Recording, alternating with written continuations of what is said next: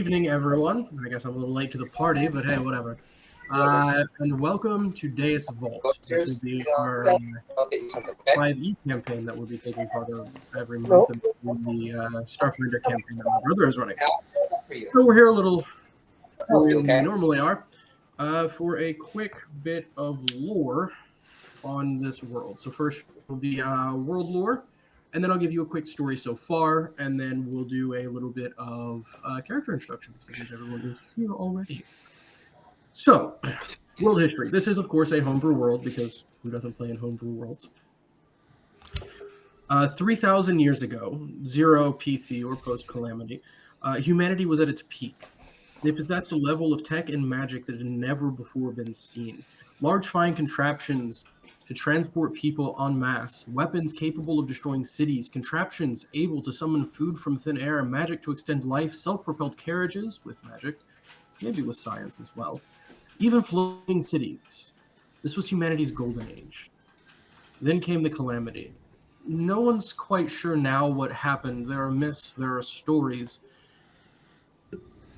Because no records survived the nearly 3,000 years since. There are some oral tellings, the myths, the legends of what came, and details are different from telling to telling, from culture to culture, as time has mutated and twisted the words passed from generation to generation, as it has a tendency to do. However, they all seem to agree that a behemoth rose from the deep, devouring cities and crushing nations. Whole swaths of land fell into the ocean, including the country of Zion, which is that world's equivalent to Israel. Man could not stand against the behemoth and fell. Eventually, the behemoth settled, and man emerged once more to spread across the land. Modern scholars don't agree upon what this behemoth is, while some maintain that the legends are true to what they say. It was some large creatures. Others theorize it could have possibly been some sort of man-made weapon, some experiment in magic gone wrong, but no one agrees. 2,300 years ago, or 700 years post-calamity, a centralized church is founded. A pope is elected. The king of a now-defunct country of Samwenia was a devout follower of Christ and a founding member of the church. He gave the church a city within the borders to be the Holy See. The church named it Vatica. 1,800 years ago, or 12,000 years post-calamity, the kingdom of Swamemia falls, being divided between the countries of Warasia to the east and Buckingaya to the south and to the west, and the Hatalek tribes to the north. Vatica was left on its own, a sovereign city-state, as the leaders of Warsea and Buckingaya were Christian. Neither of them wanted to have control over the other to have control over the holy city. The Hatalek tribes to the north did not follow a religion, but were more like pagans, spiritualistic pagans, at least according to the church. The Hatalek tribes were kept at bay of the protection of the other two nations that were, in fact, devout. 1,500 years ago, the midpoint between now and the calamity, Pope Theodosius gave a decree. Vatica will engage in a holy crusade to extinguish the heathen heretics in the north and make ourselves a holy nation. Knights from neighboring kingdoms answered the call to fight under the banner of the Pope, some for honor, some for devotion, some for loot.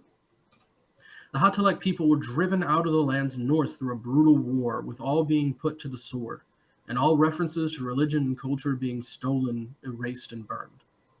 In the year 1506, after a bloody 6-year war, the Holy Crusade took the last Hatalek city, which they renamed Purpur. The Hatalek people were driven into the mountains or killed. Some interesting organizations and structures within this country of Vatica, which is consider North Korea if it were controlled by a medieval Catholic church with a giant wall around the whole thing and completely cut off from the rest of the world by its own volition, though holding quite a bit of political sway over any countries who follow the religion. One, you have the Holy See, a council that consists of the Pope and leading members of each of the main denominations or each of the main branches within the church. You have the Holy Knights, the military of Vatica. The officer corps consists of paladins and various suborders and different oaths. You have the Keepers of the Holy Archives, an order that keeps and studies ancient holy texts, including holy magics. Essentially, they are church-approved wizards, and the only church-approved wizards. They believe that any power not directly from God is from the devil. Therefore, anyone that turns out to be a sorcerer or warlock or a wizard practicing not as a member of their own are generally executed. It's not a very nice country to live in if you're not one of them. Let's see. You also have the Inquisitors. They're the religious police, the Gestapo of Vatican. They hunt down anyone who breaks the law and deliver justice, usually in the form of executions or disfigurements. There's not a whole lot of prison in Vatican. Then you have the Academy. It's a church-run university located in Vatican City. All paladins, the Holy Knights, clerics, wizards, keepers, church-ordained ministers, and anyone who is to use magic legally must be trained there. As well, there is a spot for the Inquisitors and a few other organizations who train their officers there and are eventually given... What's the word I'm looking for here when you're... ordinations? As priests? Before they are ordained. Yeah, then they're ordained. That is the world in which the players here find themselves. They are each graduates of the academy in their various different classes. For each class, for each individual job that they will be taking afterwards is separate but on the same campus. So the story so far. Kedron D'Artagnan, Maguire Payne, and Alara Viro, who will be introduced later by their players, were the tops of their respective classes, were summoned the day after graduation by Brother Petrovich to meet the Pope. Brother Petrovich being a monk who was basically the Pope's gopher, his right-hand man, his top servant. The Pope told them that 2 days ago he had been given a dream that Dawnbreaker, the legendary sword of Joshua, would be returned to the church. The very next morning, he received word that some sort of underground ruin had been found in the city of Port-au-Port, which, if you recall, was the last city taken in the war against the Hatalek and the last known and recorded location of Dawnbreaker, as it was wielded by the general in charge. Along the way, they were sent out a few days later with a holy mission to go and investigate these ruins to return with the sword. It was a bit of a show. They were brought in, they were prayed over and blessed by the Pope and marched out of the city and sent along their way.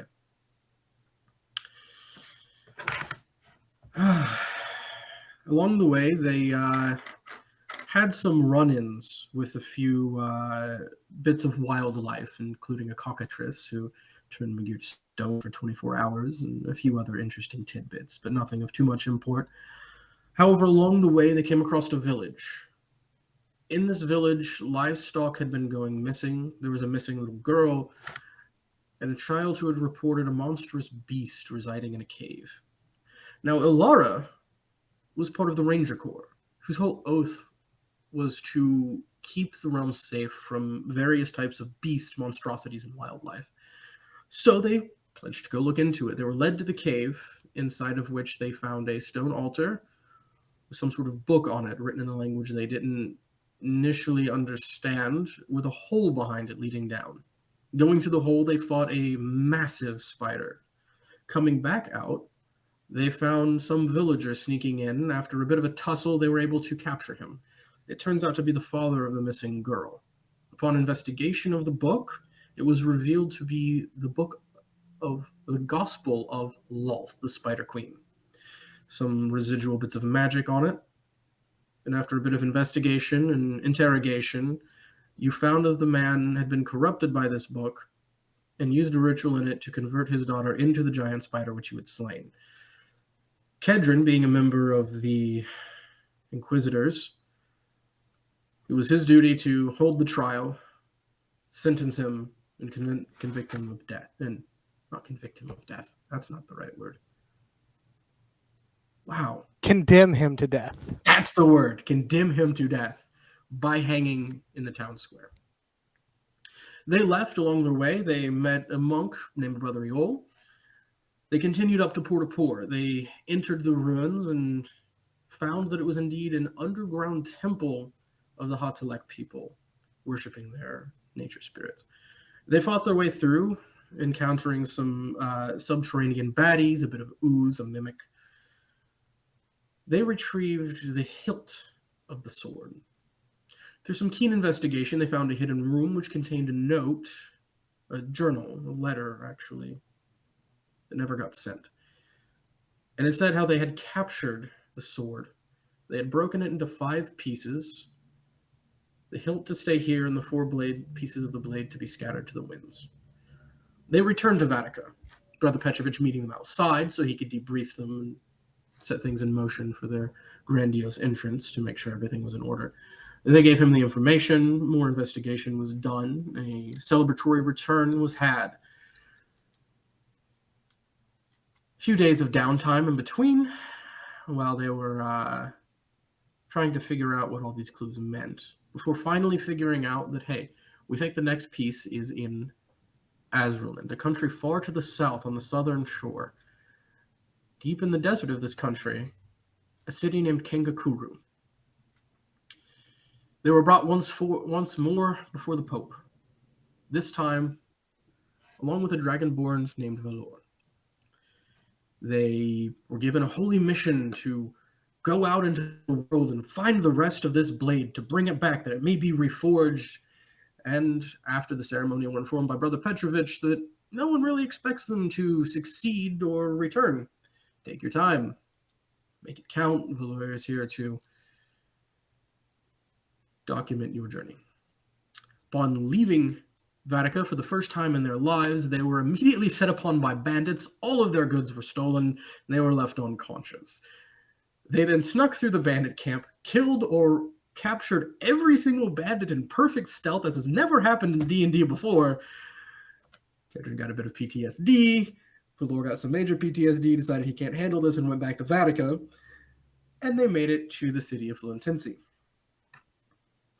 There had been a string of murders. They got snowed in. As the snow were setting in, Father Ironcloak joined them. He had come from Vatica to partake in this after a bit of political maneuvering to get him assigned to the mission. Interesting things happened in the city. A deal was made with the devil by Alara for information on who was committing these murders. As it turns out, it was the priest, the local priest, got a bit possessed. They fought him. A demon came out of him. They fought the demon, killed it, found a Bible of Baphomet. The next morning, Ilara awoke to find herself... Well, it was actually in the middle of the night. Ilara awoke to find herself standing over a dead body with a woman and a child in front of her. The woman said, "Thanks for killing him. He was a jerk. Please leave." And she left. It turns out this was part of the contract she signed for 24 hours of her time that she did not fully understand when she took it. Eventually, the snows melted. The group left via boat, reaching a coastal city from which they planned to take passage to Azraland. However, first they decided to go to the library and see what they could do about breaking this contract that Alara had gotten herself into. They couldn't find anything in that library. However, were told that in Chilling, a city far to the north, they could probably find something in that library, as it was not a Christian library, as this one was, as the whole country typically is. It is older than anyone remembers and run by an order of monks, and everyone just kind of lets them be because they've been there for so long. They found that they were worshiping another god, but said nothing about it. They made a deal to retrieve a book that was long overdue. In payment, they'd be teleported there and back using a system of teleportation circles that the library had access to. This was done. They got to the library. They retrieved the book, who turns out had been stolen by a necromancer, who they found in his house while he was out of town, robbed the man blind, and then returned to the library, did a bit of snooping about, met a dude whose daughter had died, was convinced the secret to getting her back was in the forbidden section that no one seemed to talk about. Megir went, if that's in there, probably the information for getting Ilara Freeze in there too. I'm going to break in. So he does. At which point he meets an eldritch deity. It claims to be a deity anyway. This whole forbidden section was indeed a prison for it. A devourer of knowledge it was. Thinking that all knowledge belonged to it, and the less people that knew the knowledge that it sought, the better, because it could hoard it for itself. And offered him a deal. He would get what he wanted, a method by which to free his friend, and a method by which to get the man's daughter back. In return, he just had to be its agent, bring it knowledge. He accepted. He was thrust out and back in time before he ever broke into the forbidden section. As he awoke, as if maybe it was a dream that he broke in and met this entity, he found instead a scroll for a powerful spell binding, and a book detailing a ritual that could be cast to summon a demon, but not the actual power to cast it, as well as a book called Necronomicon, which he promptly handed over to the man grieving the loss of his daughter. They then hopped in the teleportation circle, yoinked right back to the coastal city, hopped on a boat, sailed away. However, the boat was waylaid in the middle of the ocean by a cult of the deep, sort of fish people who arise occasionally to drag individuals to a watery doom. They fought back. They succeeded. Kedron was almost dragged into the deep. It was only due to his celestial nature that he was able to break free and fly back up to the deck of the ship after having been drug 30 feet underwater by a giant tentacle. However, the ship was crippled. They drifted for days and were eventually picked up by pirates and totally not made slaves on the pirate island. They were paid about as much as you need to live and nothing more. Forced to work. Totally not slaves. They were there for about a month. They met a blue dragonborn who they worked with and said, hey, I might have a way for us to get enough money to pay our way off the island. There's a marrow den on an island not too far away. If we raid it, we may get the money we need. They did. They found the money. They also found, what was the name of that book? The Codex of the Demigorgon, which Megir later ate like a sandwich. Just ow, because his patron told him to. He wanted that forbidden knowledge. This, unbeknownst, of course, to the rest of the party. Now, they eventually did get off the island. They made it to the shore of Azraland. They then hired a guide to help them through the exceedingly dangerous swamps and deserts to get to Kengakuru, which they did. Through a bit of fighting through wildlife, making a bit of coin along the way. However, before I forget to mention, something important did happen in that port city of Zelinga where they were originally dropped off. An undead creature, a form of ghost known as an Alep, emerged out of a dark alley, attacking them, whispering the name of the necromancer that they had robbed, said he sends his regards. They were able to fight this Alep off, however, Ilara lost her leg in the fight. After they made it to Kengakuru, however, they were able to use some money that they had acquired and bought her a prosthetic, fully functional, magical leg that was a bit mechanical in nature as well. They also found out that there had been someone else adventuring with them the entire time, who they seemed to have forgotten, as it was eaten by a creature known as Balthamel, Eater of Memories. They did defeat him, but he retreated and got away, still alive. Around this time, they noticed a duck had been following them for a while, which is odd, but okay. They signed up for a tournament. They also met Brother Thule, a High Temple guard. I actually graduated around the same time they did. Barbarian by class. They entered into this tournament, and by the absolute skin of their teeth, they made it through. They succeeded and rewarded +2 rings of protection for every member of their group. They also found out about a massive tree growing in the desert that had absolutely no business being there and was extremely dangerous, covered in thorns, leaves like that of a gimpy plant, caustic sap. However, there's some sort of oasis at the top. It was really odd. They were like, hey, that cropped up around the time that the Hatalek disappeared. We should check it out. They checked it out. They fought their way through layers and layers of traps and monsters and beasties and baddies, as this seemed to have been constructed as a giant middle finger to whoever comes behind them. And at the bottom, they fought a guardian tree spirit. Inside, they found a large, round bit of interesting amber, unlike they had ever seen. A portion of the blade which they sought, and a journal where the last pages written talked about the remaining Hatalek individuals taking this portal to another area of the continent to continue to hide in the next piece. They also found a rune that, when activated, seemed to turn off the angry murder portion of the tree and made it into an absolutely gorgeous piece of work. Bright green leaves that didn't make you feel like you were being burned and melted by acid. Waterfalls falling off of the side of this tree, the bark, all of the thorns retracted. It opened up. It was a thing of absolute beauty. They also found a teleportation circle that was a one-way and to a single location device. Bit scuffed up, but should totally work. Magir checked it out. Looks good to go. They decided to head back to Kangakuru in order to take a bit of a rest before they did anything, because, dang, that tree was rough on the way down. And that is where we left off. Now I'm going to go in order from right to left and have everyone introduce their characters. Please give me a bit of background, who you are, where you come from, and a physical description, if you please, starting with Kedron. All right, Kedron D'Artenin. He is of one of the noble. Well, technically they're not called noble classes because in Vatican there's no nobles. They are of the leading class, is what they are called, basically nobles.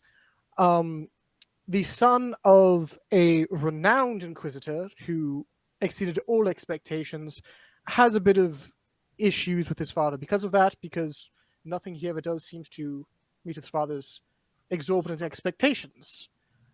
Has a bit of his chip on his shoulder about that, always strives to be the best no matter what, but over the adventures has learned to focus less on those issues and more towards the protection of his friends, although he still has a bit of a chip on his shoulder about it.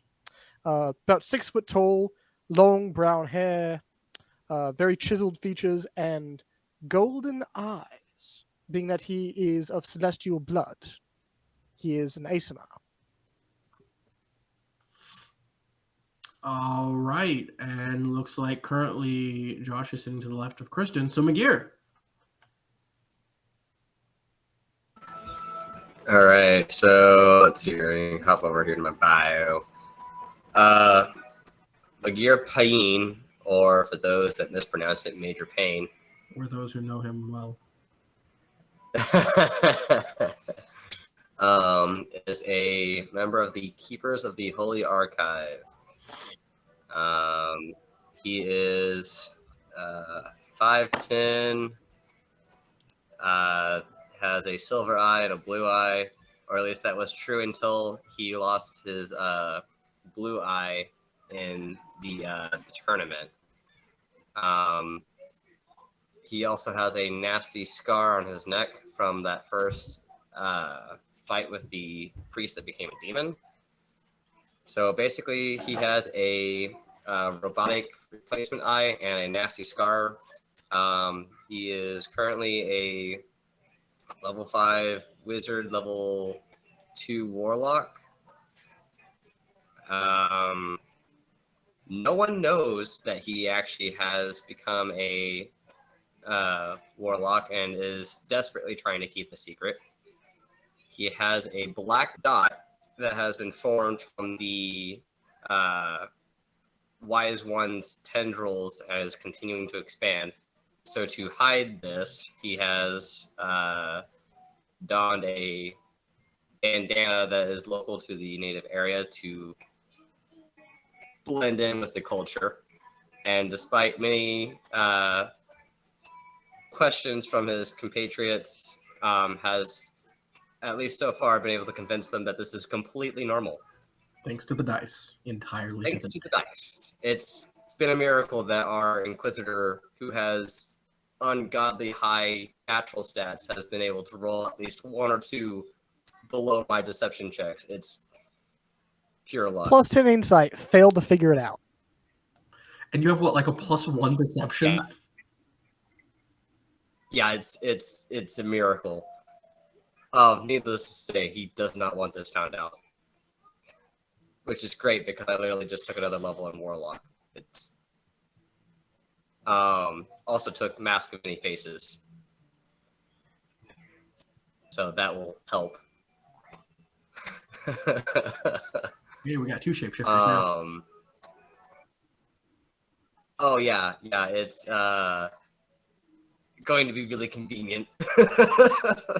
I forgot to mention, most people here Alright, drink some boys. transmutation potions, so they all got a little bit of mutations going on. Yeah, Magir still has his potion stowed away. Magir also functions kind of as the piggy bank of the group, as he has, on at least the majority of the time, carries around the bag of holding that we were able to find.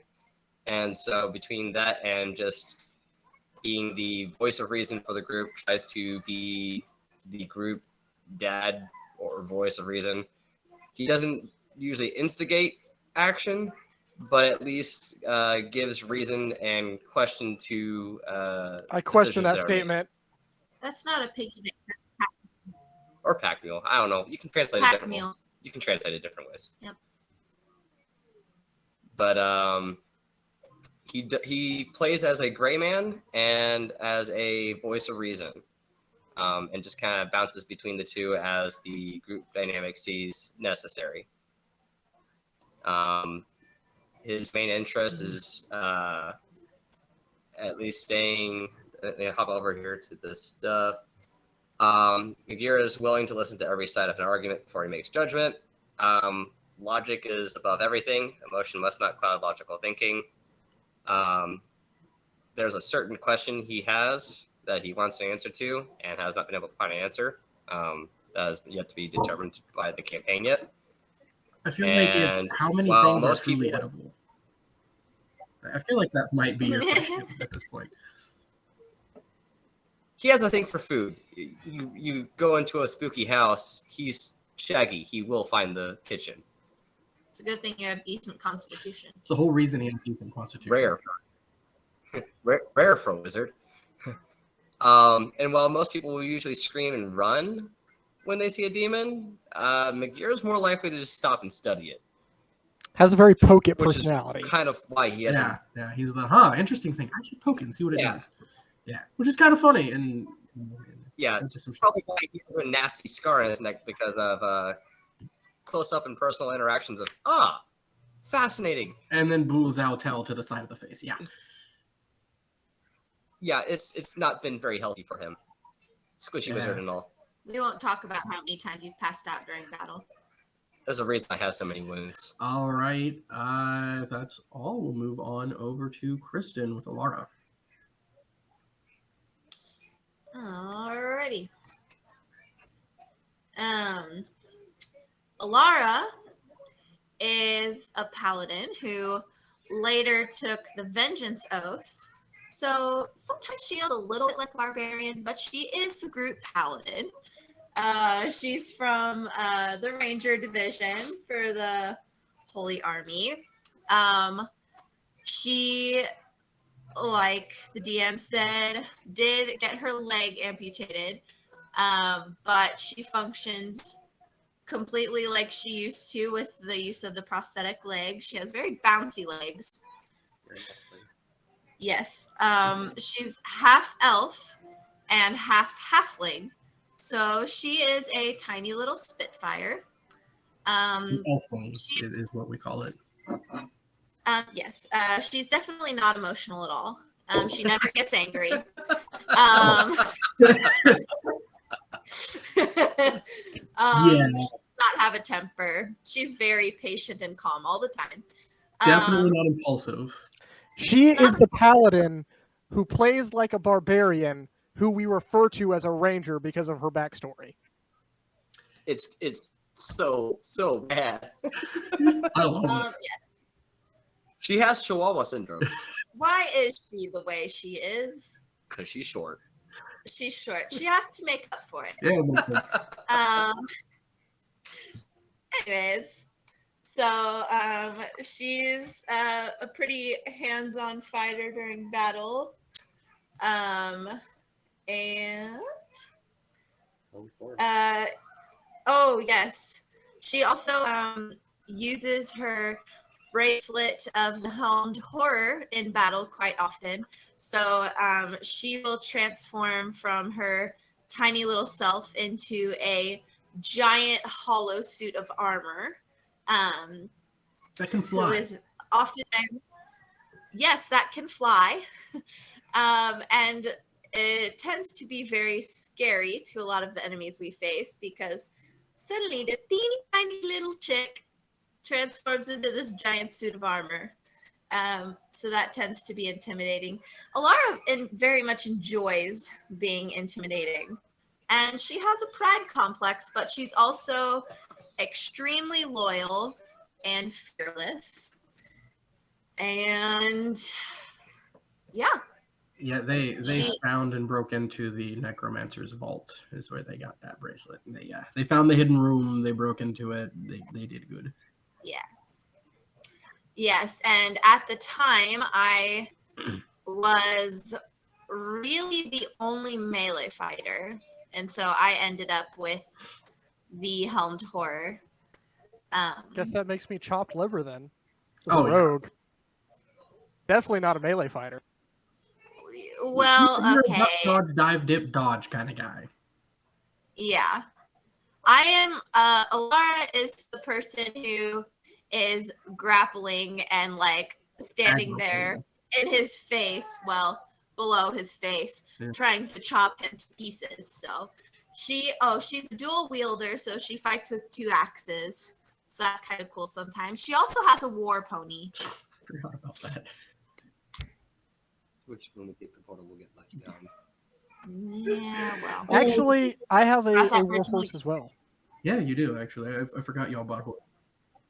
Until we go to portal and leave it Oh, behind. I forgot. Pedrick I has have one as Mandarb. well. Yeah. Oh Alright. shoot! What did I name?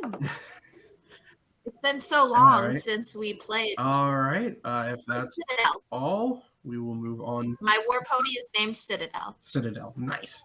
All right. Yes. Father Ironcloak, please introduce yourself and give a brief description of who you are. Oh, you're muted. That's a me. Is that better? Yep. That work? Cool. I'm a Tempest cleric hill dwarf. 3'6". You know. I don't know, pretty average build. Young, early 20s. Basically a one-shot wonder. As in, I get one shot all the time and still wonder why. Natural 20s seem to really like him for some reason. I've got almost one shot by every boss we've fought.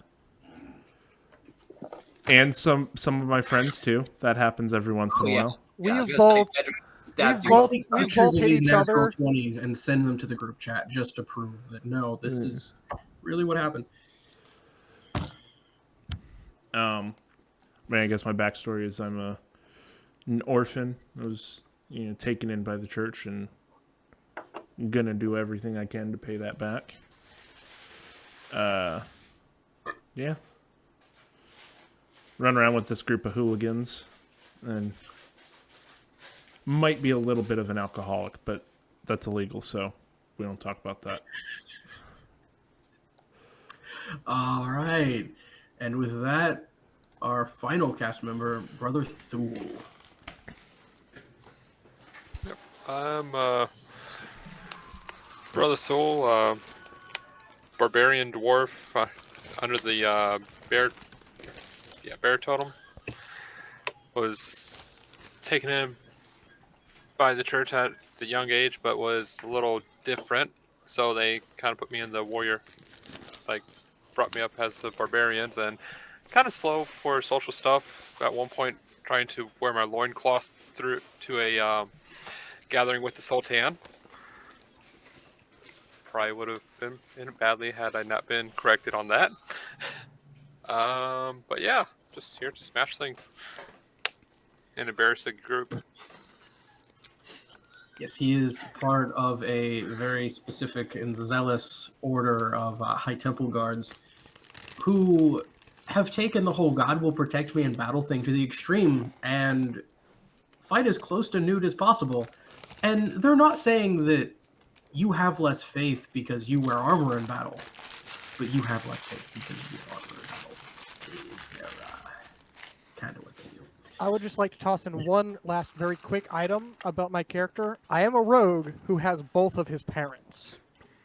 He is. That was actually a challenge from me when he said he wanted to play rogue. I'm like, can you do it with both of your parents still alive? If you can, go for it. So that was fun. All right, then. I believe we are ready to start tonight's session. As I said earlier, you guys are back in Kankakuru. You took a night's rest. You got back into your tavern that you're staying at. You've been gone for a couple of days. You thought it was early morning, but when you left, it was actually like afternoon because time got all weird when you don't have any reference of time inside of a tree for days. So it was a little fun. So your timing's a little off, but whatever. You get back to the bustling city. You get into the inn, and you are all waking up, and it's time for breakfast now. What y'all doing? Oh, Iron Cloak. I'm not sure if my music is copyright friendly or not, so please make sure the music is muted on your end. Fun thing. The new update made it so you can't mute the music, but I have it as low as it'll possibly go, so... Okay, we should be good. And I'm using the stuff from Roll20 itself, so like it should be fine. All right, so yeah, what are y'all doing? As we're sitting around the table, I really need to restock my arrows. I think I have 2 left. 2, yes, that's the right number. And I need way more than that. As we're just sitting there eating, our eggs and drinking our coffee.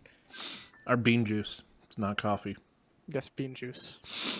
Fun fact, Vatica is known for its coffee, tea, and, interestingly enough, monastic beer exports. They are considered the best in the world, and this tavern that you're staying at actually has, for quite an exorbitant price, Vatican coffee. Is there anything else anybody else needs before we go investigate that portal? I need to go to the potion shop. Refill those health potions we use. Yeah. Honestly, after as many of those we drank, I think I'm going to have a stomach ache for the next few days. Hey, Mr. Moneybags, you want to give him some money for the potion shop? Yeah, go for it. Take it out of the class fund. Yeah, the the group fund. No, it's the class fund. Class. Yep. I need to go get rations. Sweet, working on it. Let's see, pulling up prices of things. Oh wait, I think I have that one written down actually. There. All right, let's see. Rations. So for decent rations, you're looking at about 3 silver per day's worth of rations for middle of the road rations. Obviously, you can get better tasting stuff than that with more money, but that's your middle of the road. I do not need the fancy stuff, so let's go ahead and do. You said 3 silver? Yeah, 3 silver per day's worth of rations. Okay.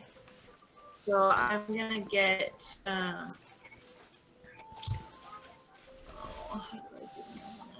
I'm gonna get 14. While she's days. at it, I'm also going to pick up 10 days. I gotta remember how much money I have, but I'm gonna pick some up as well. Yeah, for sure. Just mark off your gold and mark it on your sheet that you have stuff and things. Yeah, I'm gonna pick up 10 days worth. All right, cool. Sounds good. That's how much How much did you say that was again? That was 3 silver per. silver per day. Yeah. Okay. Kedron, are you getting arrows or crossbow bolts? I know you have one of each. I don't have the crossbow anymore. What happened to your hand crossbow? He I broke sold it. it. Oh, you sold it. That's right. All right, cool. It's 1 gold for a bundle of 20. However, they have a couple of bolts or arrows rather. They have 2 stacks. There is a stack. Let me grab this here. Oh, I can come off.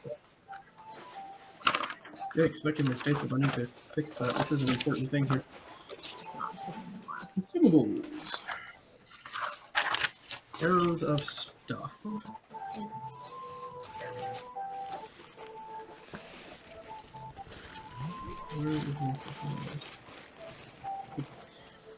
They have 1 stack of arrows. There's in 25 gold each. They are +1 magical arrows. They're a one use, like one time you shoot it and it's done. You can pick some up. They have about 10 of them sitting there for 25 gold each. They also have arrows of fire.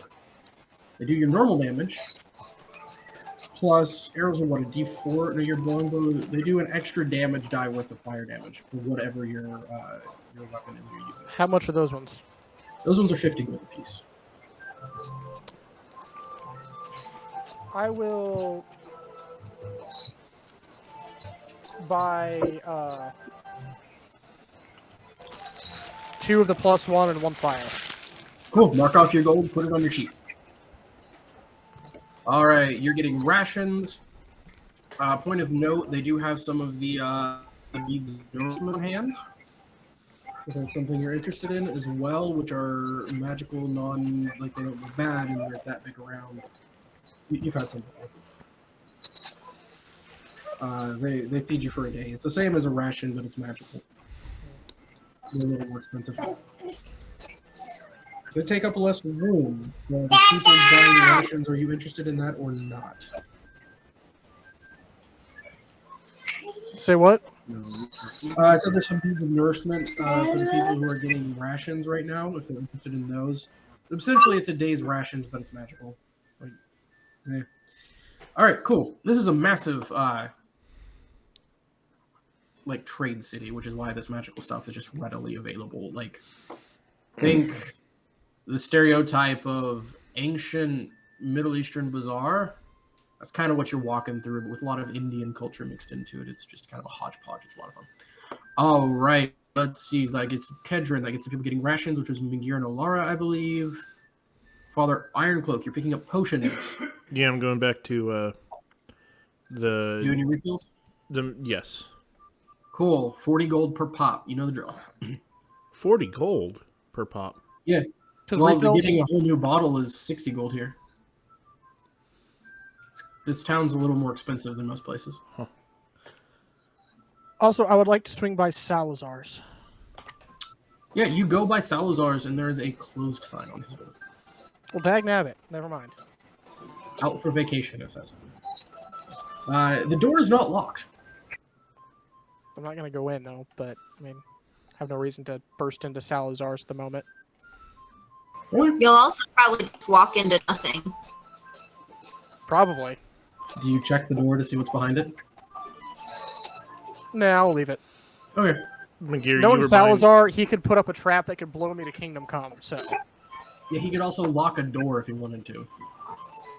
we're buying the health potions out of the group fund, right? Yes. Yes. All right. Mark off 320 gold. Then I will retrieve Mandarb and get ready to set out when everybody's ready. All right, and finally, Brother Thule, what are you up to? I was going to pick up, I guess, today's ration and refilled my 2 empty potions and then pick up a 2 more. Okay, yeah, just mark off your gold. How many days rations? Like for however many days rations and however many potions you were getting. Yeah. Do you have bottles that you can refill? I've got 2 empty bottles. Okay, yeah. You can refill those for 40 gold apiece. Okay. If you want to buy extras, including the bottles, it'll be 60 gold apiece. 60. Okay, so that's 140. How many 20 days were we in the? For a tiny little glass bottle, Glass blow is a special it seems excessive. You do realize that in medieval cultures, you had to hand blow every single piece of glass. That sounds like excuses. This is why wizards are fabulous, man. Yeah. But that's like things like that were more expensive because you can't just mass produce them with a machine. You have to have an artisan like handcraft your glass bottle. Unless you're a wizard. Stoneware is easier, but I want to pay for a week lodging and food for my horse. yeah, no problem. That's gonna probably run like we'll say for a horse. They're not getting a house like a hotel room or anything, so we'll say it's I don't know, 2 silver a day. Well, I was gonna try to bring Mandarb with me because it said it was a one-way teleport. Yeah, it's a one-way teleportation circle. Okay, I guess I'm taking the horse then. Yeah, like the only restriction of that you McGear can figure out on it is what you can fit inside of the circle. I should be able to fit. We should be able to fit the horses in, right? Maybe if you ride them, it'll be Yep. packed tight. But Yeah, I'll just be on the horse. okay, cool. And if we need to, Alright. we can. We're not moving while we're riding these horses for the teleport, so we can double stack people on the horses. Well, and mine's a pony and I'm short, so it's Yeah. Yeah. Mine's a full-size horse, so I can fit like at least in one full-size person, or like maybe 2 dwarfs. All right. Anything else y'all are doing in town? That's all I got. That's all I've got. How many days were we in there? It was like 3. Okay. Looking the calendar out. So it's been like what, a week since the contest of champions or whatever. No, like 3 days since the end of Oh. that. Heard. Yeah, Did we because buy you guys some- went there like the very next morning. Did we buy those eggs before or after the contest? You bought Same them on day. the day of the finals. Okay. Question for the group: where are you storing these eggs? I mean, I don't think you ever specified how big they were, so I was assuming in like my backpack. Like that big? you don't want them to break. In the bag of holding? Okay, now I will also we can- mention that hatch times, what I gave you guys, totally meta knowledge. You guys have no idea what they're gonna hatch. No. In theory, We couldn't we can- put them in saddlebags? That's what I was gonna say. Wrap them up really well and put them in a saddlebag because the horse will keep them warm. Yeah, because mine's actually going to hatch in 1 week's time from when we purchased them. That's why I was checking. Thing is, your character doesn't know that. All right. Okay. I missed that part. Sorry. So while we were in danger and stuff, I had mine in the bag of holding. But now that we're no longer like that. Hey, Brian. Yeah. I think as a general thumb for the group, I'm assuming that while we were adventuring the tree, we had them in the bag of holding. And then now that we're out, we're probably taking care of the eggs, like having them out of the bag of holding. Works for me. All right, so you had them in the bag of holding while you were in the tree. Now that you're out of the tree, you've taken them out and put them in a different space. Mm-hmm. Awesome sausages. All right, Yeah, I we just can- wanted to clear that up.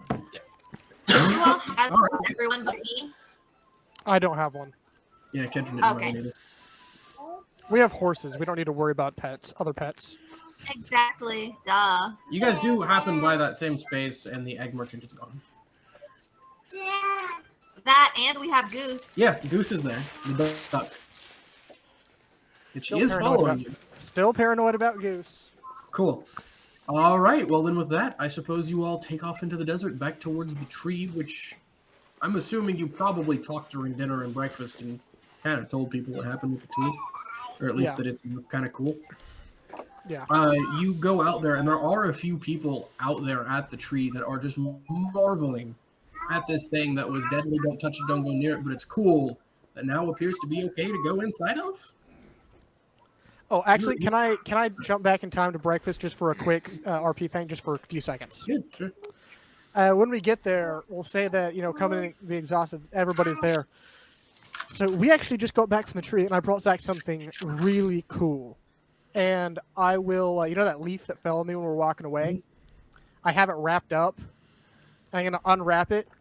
Who dares me to touch it? Everyone just stops because it looks the same as when you got to the tree. Everyone knows what this leaf is. Everyone immediately backs away, and a few people start to draw swords. Like, keep this thing away from me. Oi, I don't know. Clap my hand on it.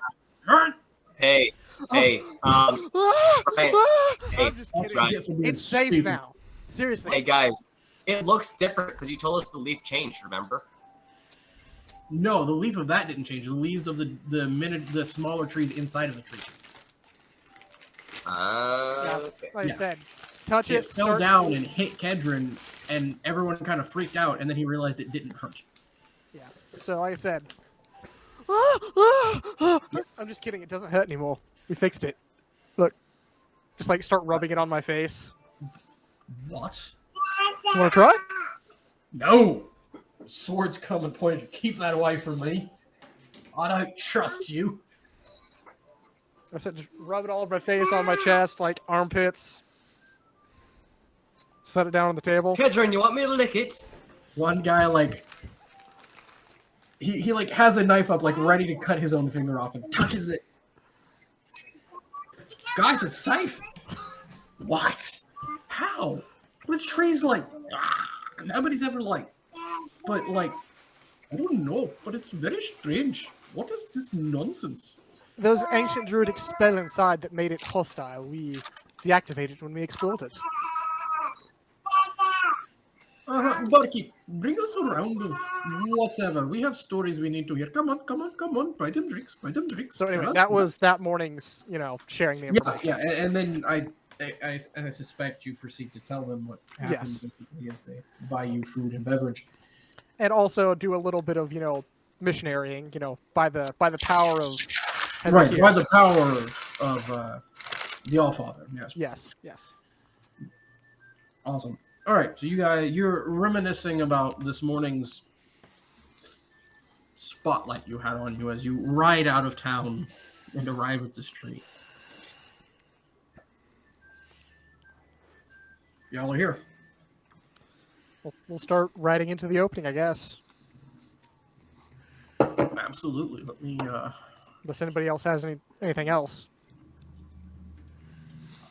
I'm gonna have my weapon out, just in case Murder Tree is all murdery again. Right. That is a very smart precaution. I don't blame you. I believe this is the right map. And you are back inside of the tree, and it has changed. The trees are now bright green and luscious and full of fruit. It's beautiful. The dead bodies of the things you killed are still there, but they're made of wood, so they're probably. Before we start anything crazy, can we get kids in bed? Absolutely. So before we move along any further, please everyone take a break. We'll be back in 10 minutes-ish. Use the restroom, get a bite to eat. That's what I'm going to be doing. And I'll see you back here. All right. So you all just got back to the tree that was once a dungeon, is now maybe a future vacation spot. You walked into the entrance. You saw the gorgeous orchard sitting there in which you fought the guardian tree spirit. And over to the side, over here somewhere, is the ruin that you can activate and make it a murder tree once more. Man, I really hope they put a rope or something around that bad boy.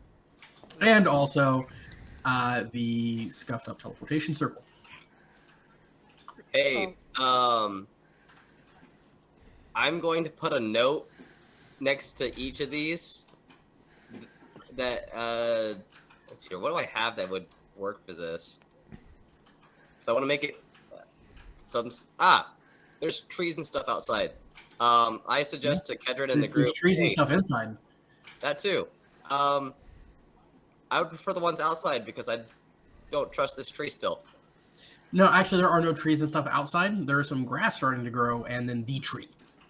Okay. Well, I suggested to the group, hey, we should probably build a sign or something that says, "Hi, this is what these do. Don't touch." Is the ground wooden? Yeah. Like, is it? It's I'll made just, of tree roots, if you remember. I'm just gonna pull out a dagger and carve the message beside each of them. Cool. In common, I take it. Yeah, common. Unless you want to do some weird language. I don't know what you do, bro. Do it in Dwarvish. Oh, wait. Do it Gnomish. That's That's right. or You don't Celestial. remember how to speak Dwarvish. Or I could also do it in Celestial. Why not all three? Okay, anyways, you carve the message. Angry murder button? I don't know. How do you want to word it? Anything particular? Basically, in the most eloquent wizard way possible, I explain: activate death tree, deactivate death tree. Don't touch spell circle. Thou shalt not touch. Perfect. All right, you do so. Duck is following along. Your owl is either in his pocket dimension or on your shoulder. I don't know, whatever. You got two members riding on ponies, and you're looking at this. Well, mine's a horse, not a pony, but You're riding a war horse. She's riding a war pony. You're looking at this teleportation circle. It's gonna be a tight fit. You think you can squeeze in? But it's gonna be a tight fit. we can stack people on the horses though. You can Yeah, put I'm the talking horse. about double stack. You could put the horse in the bag of holding. That wouldn't work. No, It's bigger than the the- opening is only so big. Yeah, bigger than the opening. Yeah. So, like, you think you can fit? It's gonna be tight. I'll have one dwarf sit behind me, one dwarf sit in front of me, and McGear can hop on the pony with Laura. Mandarb's not happy. Well, he doesn't have to move while this happens. So Oh, he's snorting and like looking back at you. And if you could speak horse, you'd probably think he's going, "Really, bro?" only for a moment. Just bear with it. You don't speak Don't have horse, to- so. I'm not. I'm still saying this in common. Oh, I imagine you are. Citadel just stands there. She's like, whatever. Fine. Anyways, you all pack into the circle. McGear, you know how to activate it. You've done the thingamajigs and the identifiers and all of that, so do you activate it? All right. Once everybody's in, I say, "All right." Is this a Goose one-way in the trip. circle with us? Not currently. Oh, darn it. It's Is just Goose going outside our the way? Huh? Goose is outside the circle. You said. Like just a little bit, like staring at you. Can you use Mage Hand to grab Goose and pull it into the Alternatively, circle? does no one want to know what will happen if we teleport and don't bring Goose? If Goose will still show up. Then we won't have a Goose. But don't you want to know if Goose will still show up? I used my warlock mental thing and look at Goose and in common tell the Goose what's going on. I don't know if the Goose will understand, but I tell it what we're doing. And Goose goes, "Ah."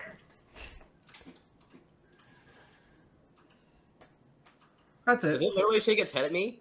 No, it like looks around. Right, let's move. All right, I grab it with Mage Hand and then activate. Yeah, you activate as soon as it starts to glow, and you go to grab with Mage Hand. It flies over into the circle anyway.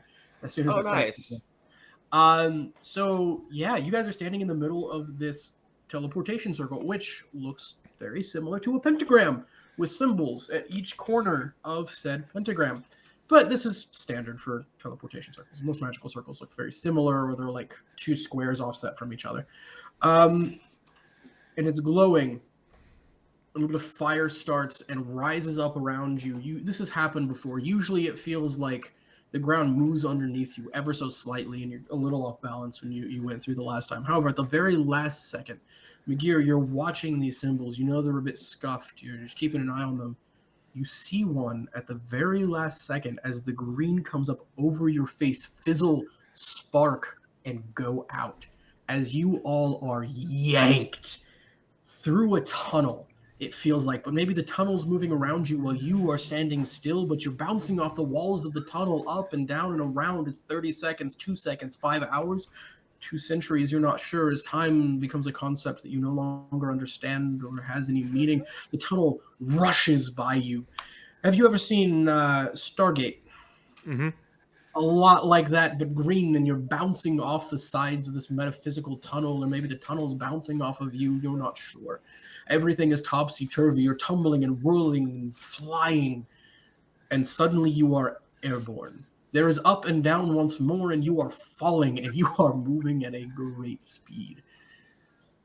You land, tumbling and twirling across the ground, your horses screaming in fear, duck quacking and flying through the air, but it's flying upside down, manages to right itself before it falls. That was not exactly how that was supposed to go. You hurt. No damage is taken, but like your brains are just, there's massive nausea upon all of you. Some of you may vomit. Like, there's a very good chance a lot of you probably do. Like, that was rough. You feel like your brain was squeezed through a tube about that big and your body was disintegrated and then repieced together, as that obviously did not go according to plan. McGear feels a sense of not nostalgia. What's the word I'm looking for? Recognizing it, feeling it all Deja over vu? again. Deja vu. That's the word. No, it's actually different from what you experienced getting squeezed through a tiny hole. That felt like your entire body got squeezed through. This one's just your mind. McGee, what did you do? Oh, As you put your hand up to your head, it comes away a little bloody, and you kind of look around. You're all got a little blood leaking from your ears, eyes, nose, mouths. However, as you look up and around, you are in a verdant grassland.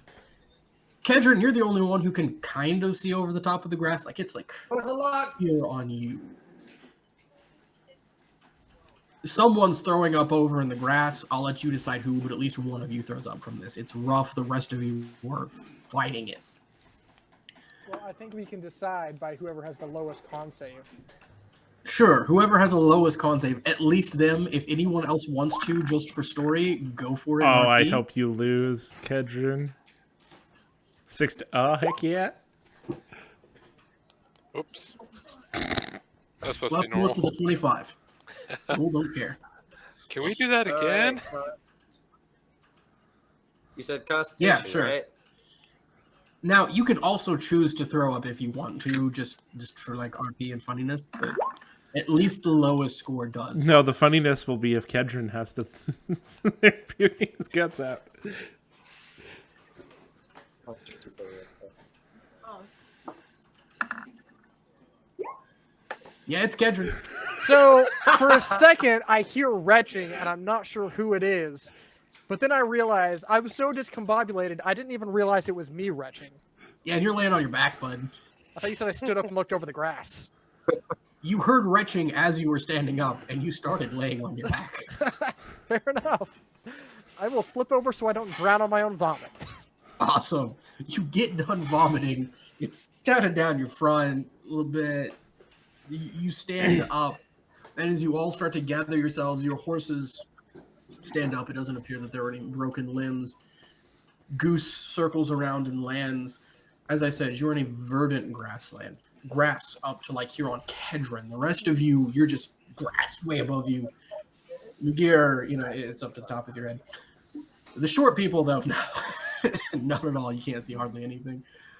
I will retrieve and try to calm Mandarb. Yeah. Mandarb's not having a good time. Neither is Citadel, but she's nearby. But with this delicious grass that they seem to be munching, they're starting to calm down a little bit after their initial freak Feed it out. some, Plus, they're well-trained war horses. Yeah. They're used, like, they're not used to that. But they're used to some crazy stuff. Yes. As you look around, off in the distance, what you estimate maybe a quarter mile, you see trees. You almost seem to be in the perfect center of a clearing inside of a forest. You look up at the sky, and it is absolutely stunningly deep blue. We don't know if you've ever seen such a blue sky, even on the calmest, most beautiful day that you were on the sea. Beautiful billowing clouds. Off on the horizon, it must be close to sunset or sunrise. You see purples and the oranges on the horizon, but the sky above you is perfectly blue and beautiful. Right. I would like to hop up on Mandarb, stand in the saddle, and make a perception check. Just kind of, huh? Yes, give me a perception check. All right. Just kind of get a feel for the area. That's a 29. Very nice. Match. So around you, you see something moving through the grass. It doesn't break the top of the grass, but it definitely moves over there, circling around, slowly zipping back to the right, Something circling in the grass. moving closer and closer and closer. Ready weapons? I'm gonna ready my weapon and hold a stabby stab in case it is evil and wants to attack me. Same. You all wait for a few seconds, this thing moving, pausing, everyone waiting with a bated breath. Suddenly, leaping out of the grass is a fawn. Human upper half, goat lower half, two legs, Oh. ears, Oh. horns. You've seen fawns and satyrs before. You've had bartenders that were fawns and satyrs. You know what this is. You've seen them around. Up onto a large rock, and perhaps, at least from the clickety-clack of the hooves. Hello, everybody! Welcome! My name is Quig.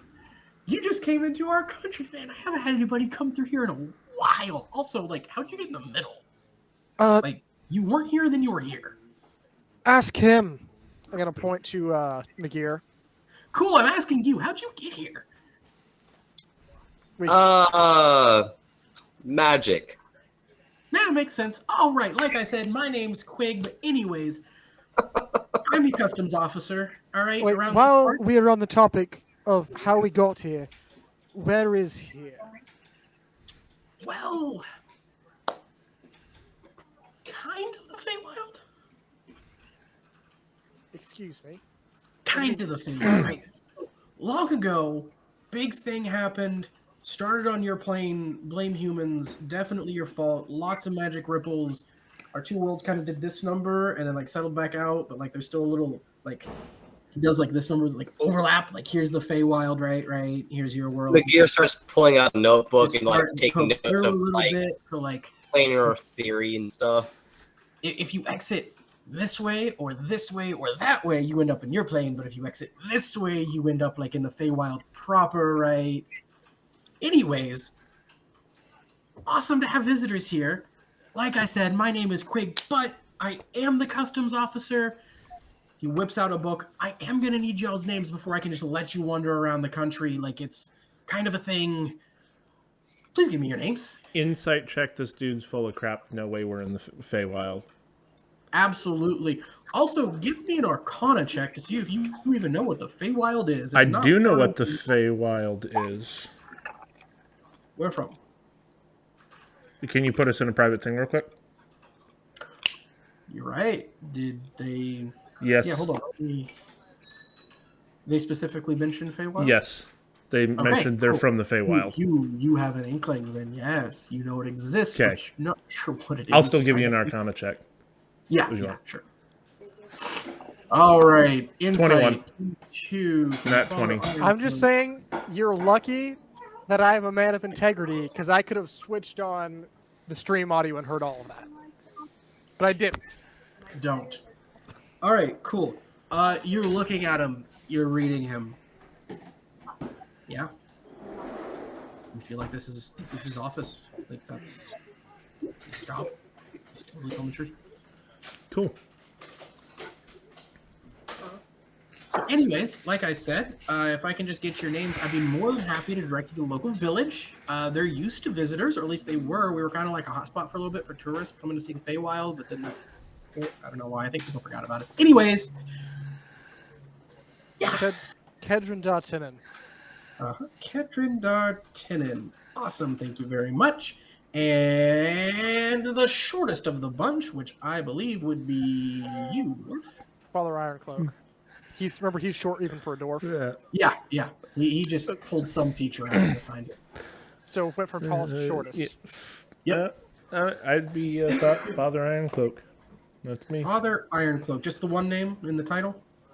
Yep. Just the one name in the title. All right.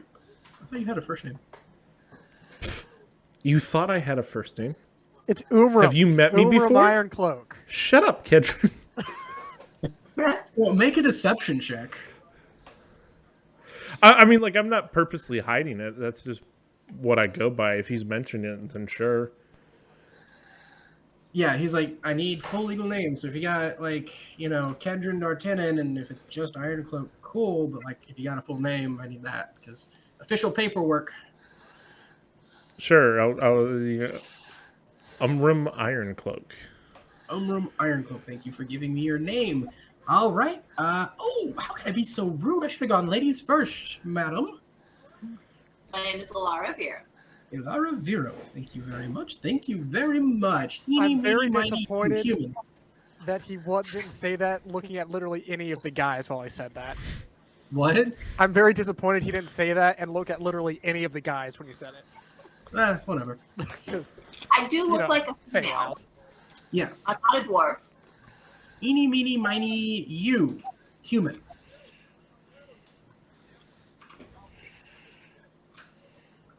Josh, McGear is the only human. He was eating something in the moment. Oh, what? He picked up something on the ground that looked good. No, he had a sandwich on him. he took out the sandwich he bought before he left the city and was munching. How else do you pass time or talking? We So just it threw up, exposes- but sure, let's eat more food. No, I Kedron. didn't throw up. Right, but we How else just do you almost fix threw up. systemic So laziness? let's eat more You food. fill the void.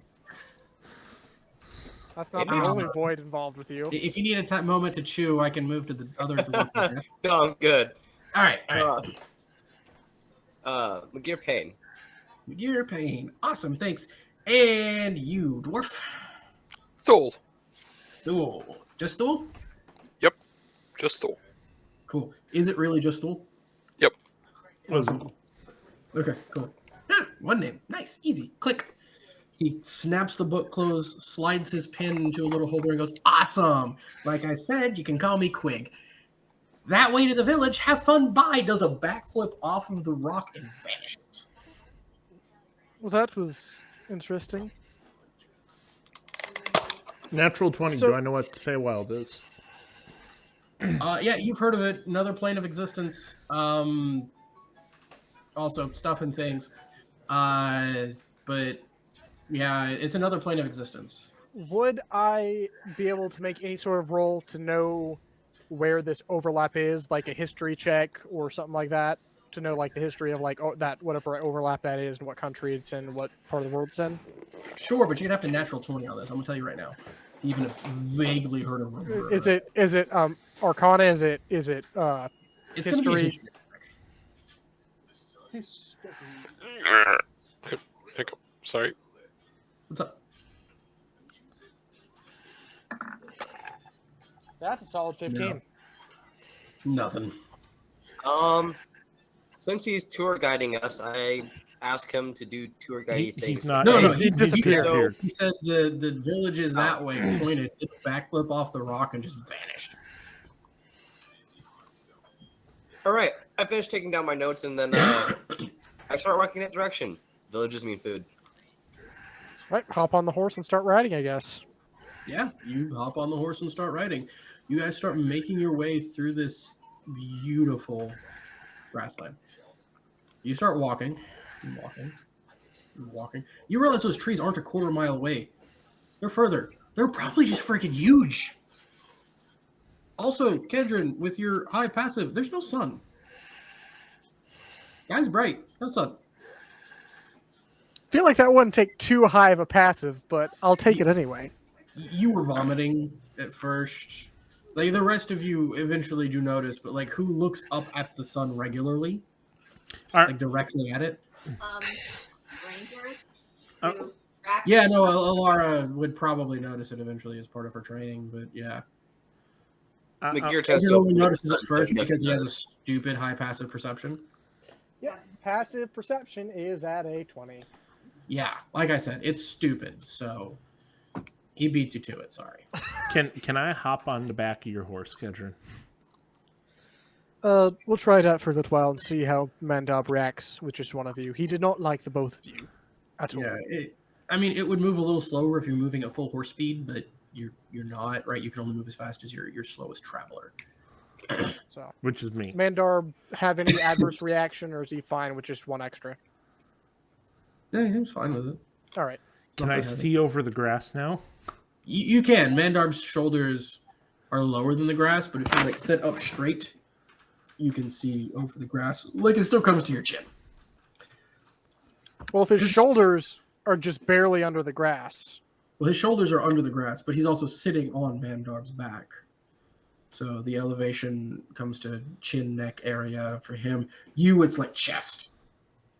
Like this is tall grass. Like Mandar is like trying to see where he's going. So Having a rough time. Luckily, he's a trained horse that doesn't need to see where he's going, just needs to trust my guidance. Yeah. So you guys are making your way through it. And it takes a couple of hours. Like, dang, these trees are far away. You don't see smoke or village on the horizons. You assume it's inside the tree line somewhere. Again, you guys have stupid passive perception. These things aren't hiding. As you get close to the tree line, finally, like, holy cow, that took forever. Those up on the horse, not necessarily the pony. Pony's not tall enough.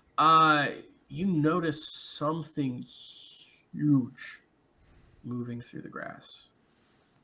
Something else. Huge moving through the grass. You can see its shoulders and about half of the way its back, halfway down its body. This thing is big.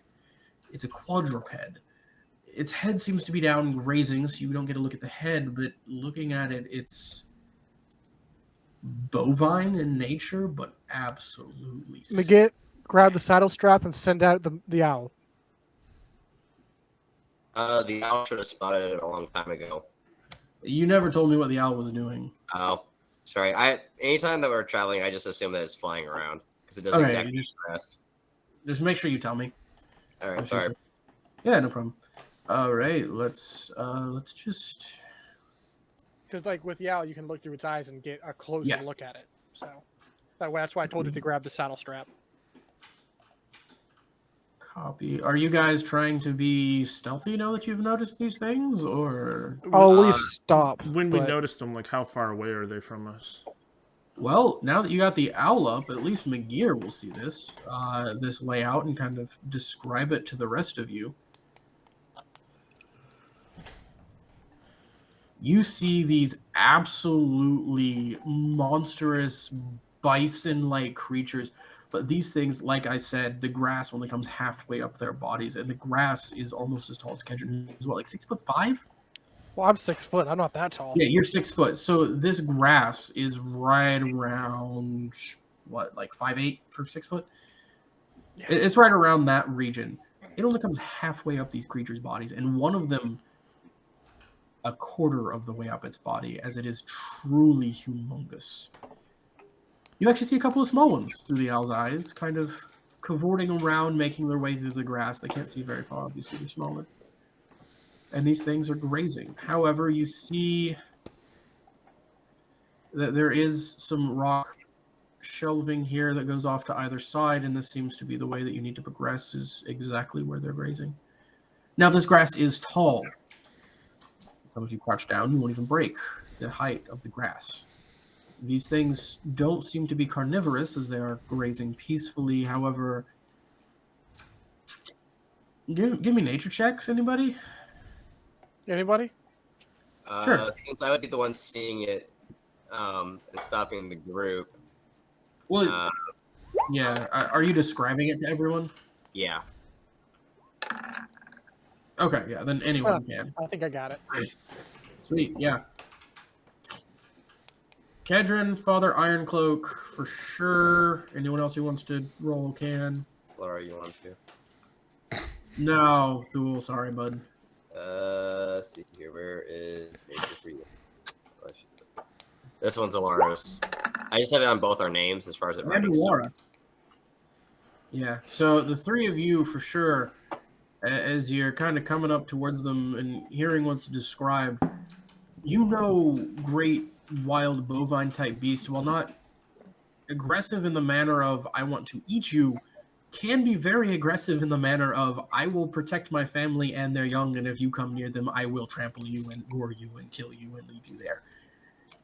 They're protectively aggressive sometimes, not necessarily hunting aggressive. All right. If Kedron's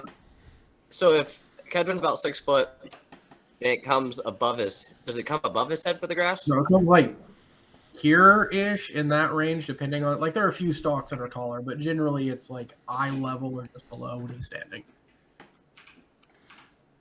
Okay. I'm gonna hop down. All right, we can get past them without any problems. They may be able to see the horse, but as long as we stay as close to that rock ledge as possible, and they don't see us, hopefully we should be fine. Oh, also, Kedron, with a natural 20, you recognize the description. These are Auroch. Except bigger than usual, at least the one. They usually don't get that big. Remind me what Auroch are. We have a quest. Exactly what I described. Basically, massive fantasy buffalo. We also have a quest to obtain something from them, from Salazar. This did a while ago. Livers. Is that one still active, or was that before you all progressed with him? That would have been when we got all the other ones. Okay, yeah. You do have a contract for Auroch liver if you choose to fight it. So, do you lot want to try to claim this bounty or sneak past? Before we do anything rash, probably should get a lay of the land. Because if this is someone's livestock, which would be a little terrifying, I would hate to upset the locals. So, sneak past for now. We know the general region if we want to come back for them. But food. How tall are those cliffs? Those cliffs, I mean, not super tall, like probably 40 feet. No, we're not getting horses up those, though. Right. But I'm assuming it works the same way that the map is set. We could go around and up on top and at least get a lay of the land around here to have an idea of... Not to see, like, try and kill the Aurochs, but to get a lay of the land to see where we're... Let's see if we can see anything. Well, I will say that the map doesn't quite accurately depict. I had to do best as I could. Like, off in this side and off in this side, they kind of continue on forward. Over here? On outwards. So it kind of turns into a valley as it goes through?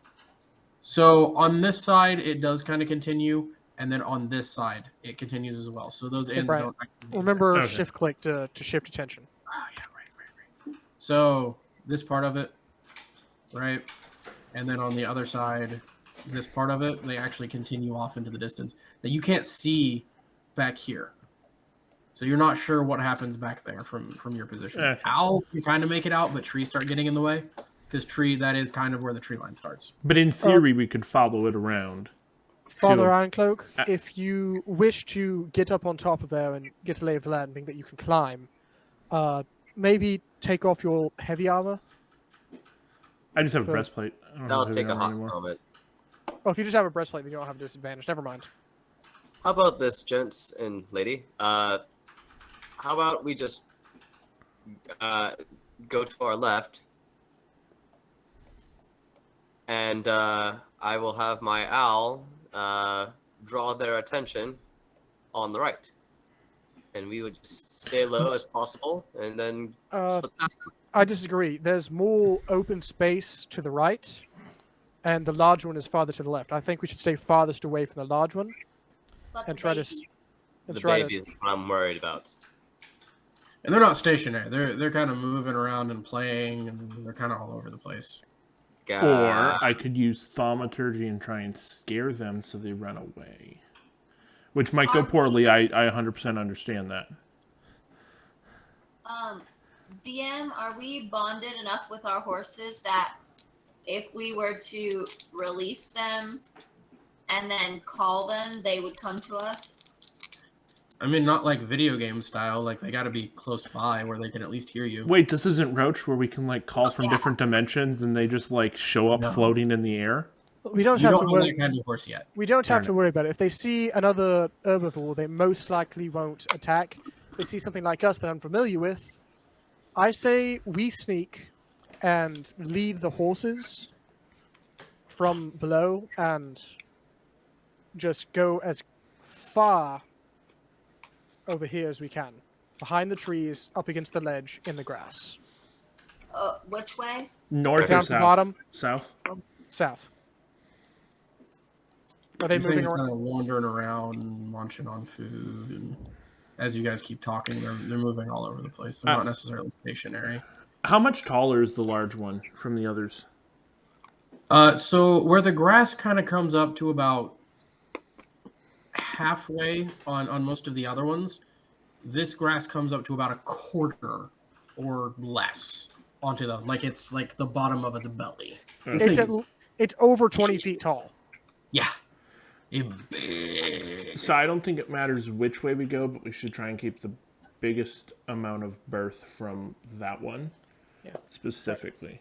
My suggestion is cutting down here behind these trees, ducking down and leading the horses to where they can't see us. They might be able to see my horse, but hopefully, being another herbivore just wandering through and they don't see us, we should be good. See, like down here, like behind these trees, like loop through here. That's my plan. So while you guys are talking, you Right guys kind of wandered off to the right. I will dismount and crouch down and try to sneak through and start leading my horse down that direction as well. All right. Is anyone else going with them? Yeah. All right. Everyone who is going, make stealth checks with the appropriate modifiers. If you're wearing heavy armor, that means disadvantage. Although I did suggest anybody that was wearing heavy armor should take it off first. I will take off my armor. What's this armor you speak of? It's what, 5 minutes? Yeah, I'll assist with armor removal. Yeah, so it takes a couple minutes, but you're able to get it done. I also think it would be smart to put everyone but Kedron in the bag of holding, because Kedron has his sneaky cloak and he can just sneak with the horses. That doesn't work like that, though. Does it Well, not? this is a group stealth check, so keep rolling, everybody.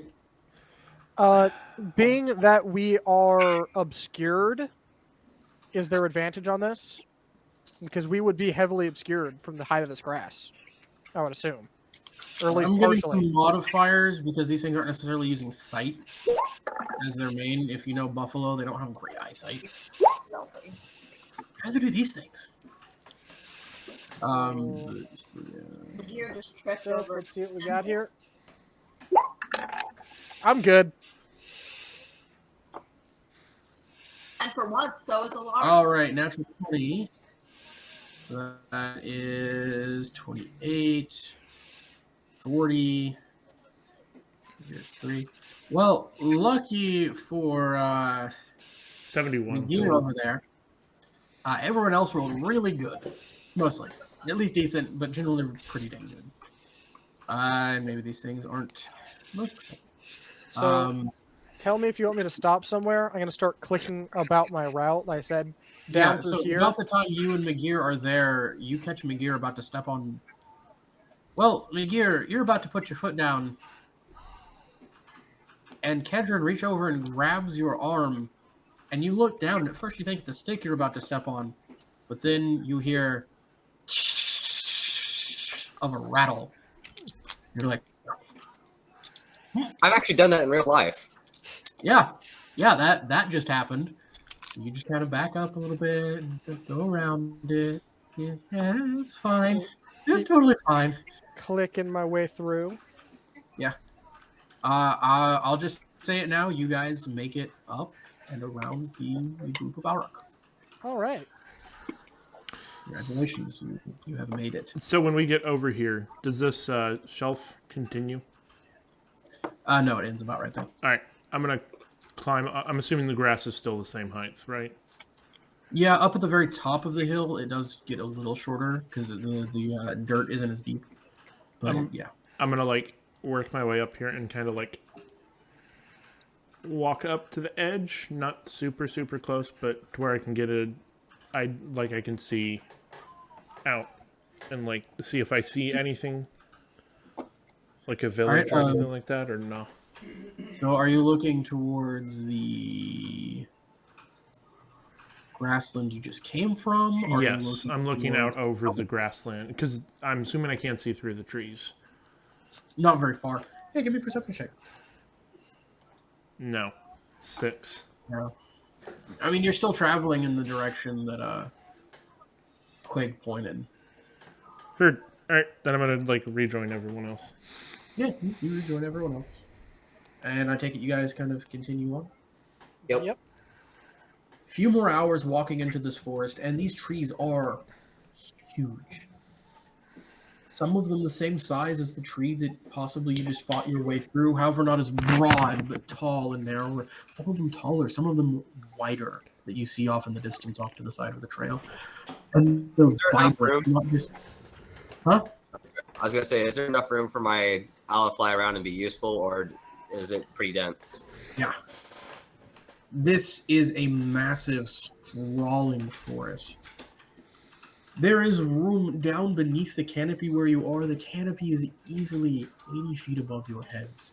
We're talking like Amazon-style canopy. Pretty close. Not quite a jungle, but a forest. But the canopy is easily that higher. These trees are larger. The leaves are even purple and gold in some cases, not always green. It seems as if the concept of a forest were taken and exaggerated and placed here. You see interesting creatures around you. You see a little mouse with fairy wings. You see 2 deer, one black and one white, walking in perfect synchronicity through the forest before bounding away. Odd little creatures buzzing around you, but as they stop, they're mammalian, and then they zip away. A dragonfly that actually looks like a dragon with dragonfly wings, but miniature. All sorts of interesting and odd life forms that you've never seen before, with bright, vibrant colors exaggerated, as if the concept of it were taken, painted by an artist, the description were given to another artist, and that were painted into the most idealized and exaggerated version of a forest that you have ever been in. You hear voices that you don't understand chatting around you, but you can't locate a source. And after walking for what feels like a while, and probably was, although the lighting has not changed, you start to see a village inside of a clearing, but much smaller than the one you came from. As you come around a bend, lies before you a small, quaint, unassuming village.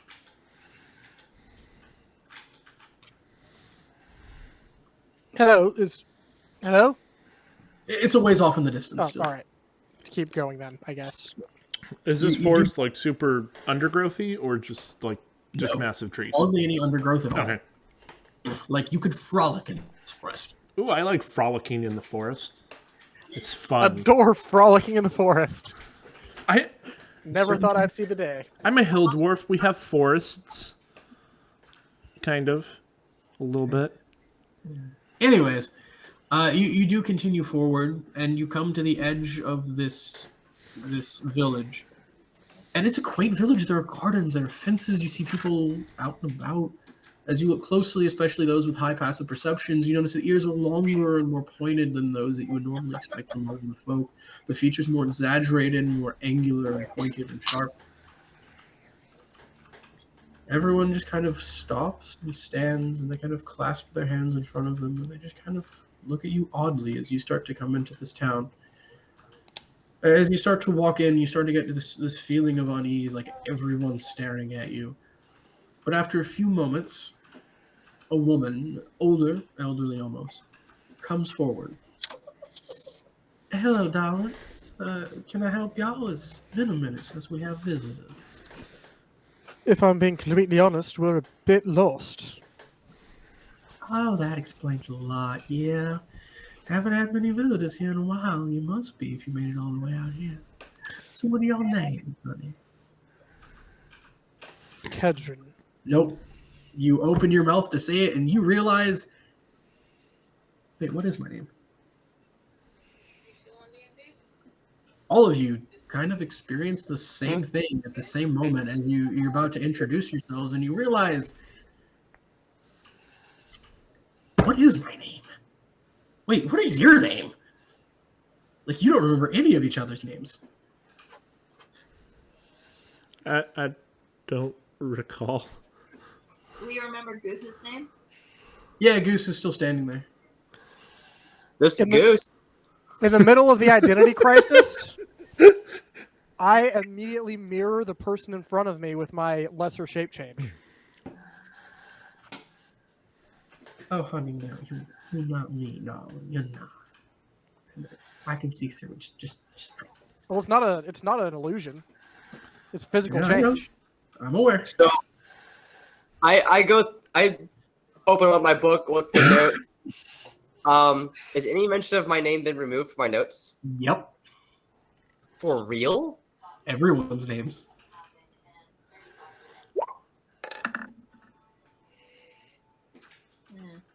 Cool. What's that for? Figuring out what's going on. Yeah, you're kind of bewildered. And she goes,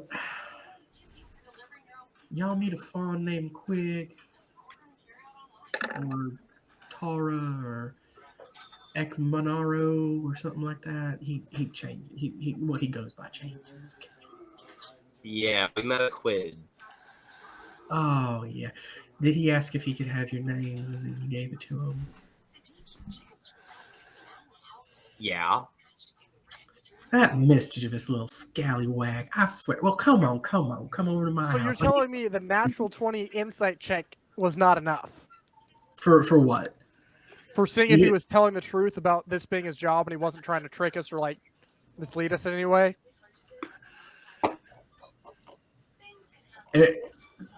No. Also, you didn't natural 20 insight him. Yeah, Father Ironcloak did. No, he didn't. Yeah, he did. Natural 20 Arcana later.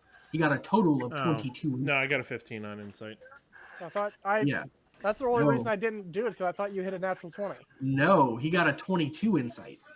Also, that's meta, but whatever. We're moving past it now. He got a 22 insight, and that wasn't. An insight's not something you necessarily actively do anyway, though. Yeah, it is. You have passive insight, and then you have insight checks. So, yeah. How do we get our names back, ma'am? Just come with me, darling. Just come with me. Anyway, y'all can call me Lorith.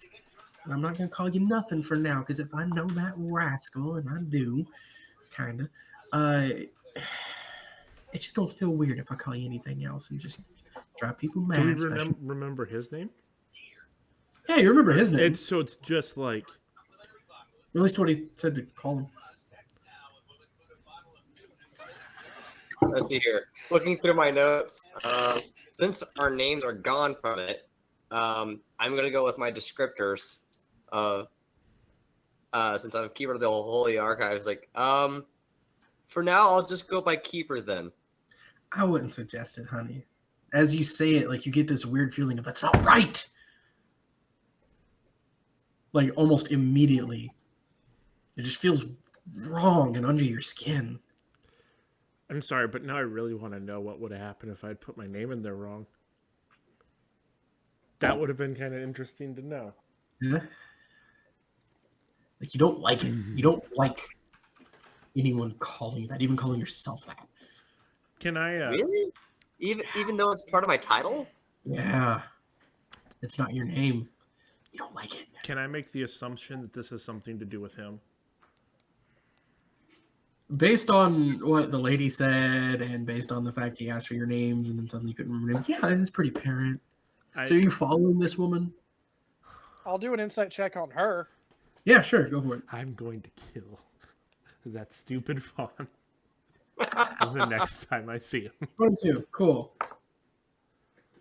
I mean, hard to read, but she's an elderly lady in this beautiful cottage one, like. And besides, you know no one else here. What are you gonna do? Lose our identity, I guess, probably. All right. Well, I'm gonna go in. At this point, I'm just wasting time. So y'all go to her cottage, and she ushers you inside. Now, Kedron, you realize at this point, right? Feywild. Spell your name, mischievous, long ears. All of you actually go ahead and give me. You guys made Arcana checks earlier, right? Yeah, I got a I- net 20 on Arcana. Yeah, you Have did. You not. know about the Feywild. Arcana, yeah, 1320 history. I don't know if Kedron did actually. This is my first arc. I didn't. 11. Okay, yeah, the people who didn't go ahead. Well, okay, cool, yeah, everybody pretty much. You can deduce you're dealing with the Fae. These are Fae creatures. These are, in fact, Fae individuals. This is a Fae village. Megir and Kedron. I gotta figure out what check this would be. This is a weird one. But due to you guys' specific upbringings, Kedron with you being a noble, and Megir with your incessant studying, what would it be? It's like a mythos, right? Recalling a mythos. It depends on what it has to do with. It could either be history or arcana. Depends on if it's more like historical, something you would know about, or if you'd read about it more in like a magically related text. Well, Megir would have read about it in a magically related text. You would have heard stories. So I do history, he does arcana. Yes, please.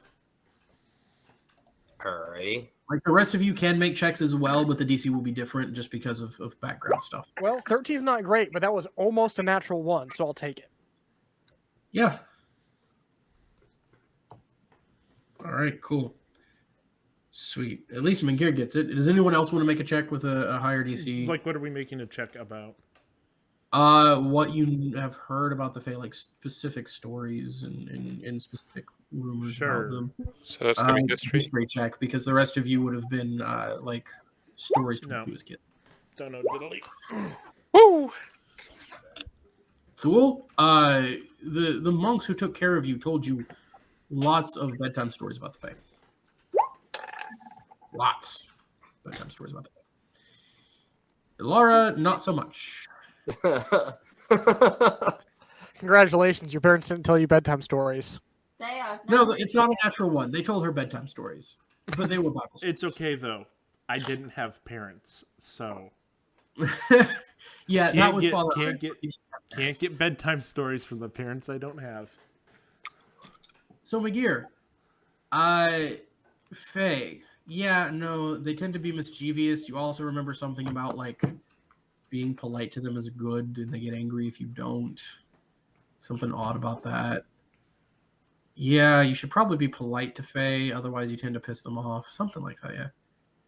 Thule, you remember some very specific stories. You remember that those that appear to be young or exceedingly stupidly old archfey tend to be mischievous and like to play pranks and tricks, specific archfey in particular, but typically the younger ones, being a relative term of millennia living creatures.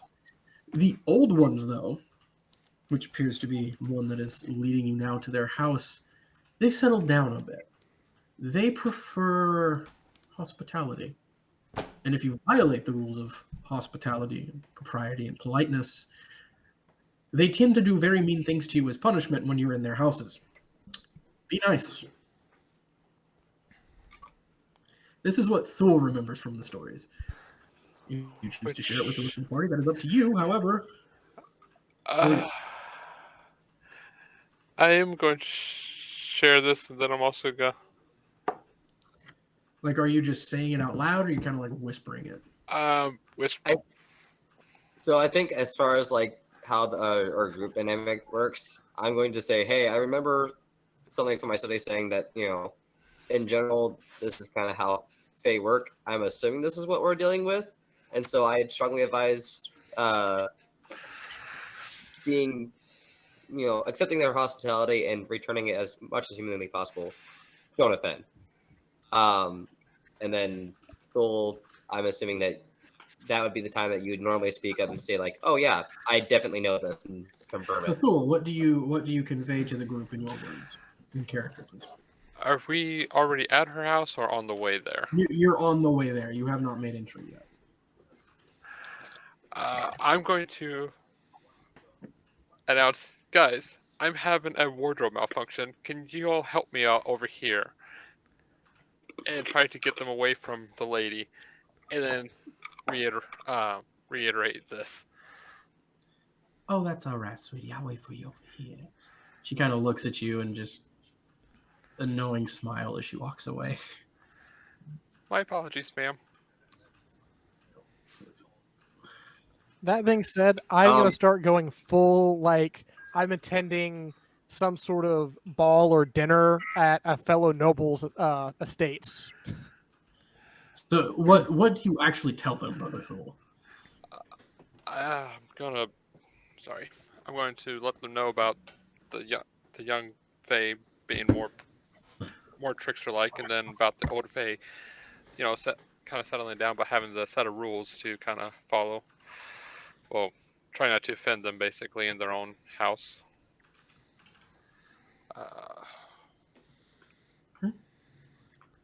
So he says this almost verbatim, we'll assume, as you all are covering him and his wardrobe malfunction. Just a question. Yeah. Did do either of you guys remember? Is there any like a specific shape phase take, or is it just whatever?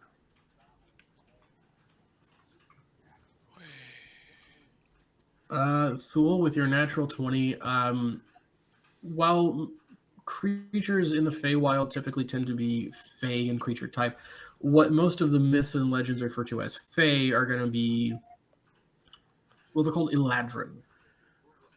They're Feywild elves, and by that they are the true elves that all elves on the material plane descended from, according to the stories. You have things like fairies and sprites. You have things like, they'll be more humanoid, that are generally what's being referred to when talking about Trixie and Trixum or And then you have Archfey. particular. Darn. Can they shapeshift too? Some of them. Darn. You've heard stories of it. Cool. Great. Love it.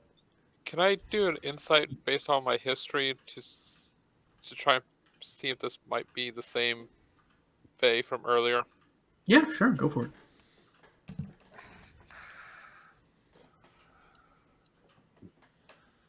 Nope. Yeah, it's hard to tell. Like, Or would that be a Well, if you're trying to tell if they're like just trying to deceive you, that would be an insight. yeah, obviously. 'cause Okay. you're trying to read like body language and stuff. You Yeah. don't. Nah, you don't think so. I am pretty slow, so Yeah, probably not the same fate at all. I suppose we keep moving now. yeah, we've probably taken too long. Sorry to keep you waiting, ma'am. Apologize for the wait. Oh, not a problem. Yeah, y'all sort out your little malfunction there, sweetie. Oh yeah, much better. Very well. Again, this smile on her face, like, yeah. Well, now that y'all talked about whatever y'all need to talk about, let's go on up to my house. Is this like creepy levels of smile? No, it's very like friendly, like Southern grandma almost. That can be creepy though. Oh wait, give me an insight check. This is like the definition of Southern hospitality. Should I have? 13 Yeah, no, for like 20. super sweet. Like this lady just Okay. seems really nice. Cool. Not sure. Like she's hard to read. You got a bit of a wedgie right now. Your one class right now, being distracted. But while in that disappeared bit, I was going to put on the fine clothes. I forgot I still had that on me. Yeah, go for it. Put on your That way fine I'm not. clothes. That way I'm not naked-ish. Well, I assumed you were wearing your armor that you usually wear around, that you then take off before fighting because it's just made out of pop metal and has quick releases. Yeah. True. I keep forgetting. Yeah, you generally don't just run around in a loincloth. That's kind of reserved for battle because, like, while that is kind of the whole thing of your group, like, you also kind of tone it back a little bit because the church was like, all right, I get it, but, like... Time and Please wear place. clothes. There's Yes, a time pretty and much. place. But formal wear. Naked people at mass is bad. Yeah. We're here to praise the sun, not the moon. Wow. Anyways, yeah, so y'all proceed forward, and she's very kind, and she seems to be like kind of doing small talk with other of the imagined individuals as they walk along the street. She's like, "Oh yeah, that boy done took their names. We're gonna go to my place and talk. I'm getting some biscuits and some tea, Just kind of talking to her friends as she goes along the way. What do you mean by taking our names? Oh, he took your names. He asked if he could take your names. Y'all gave it to him, and he took them. But anyways, like I said, let me get y'all some biscuits and some tea. Don't rush me now, okay? Let's get over to my place, and I'll be all right, sweetie. Yes, ma'am. McGear keeps pulling out his little handbook. Is like, this is so fascinating. Yeah, More notes. there are quadrupedal chickens running around a couple of the yards with like rainbow-colored feathers. Like, I haven't seen the rainbow colored, but I have seen quadrupedal chickens before. no, not like mutated quadrupedal chickens. Like, they're supposed to look like this.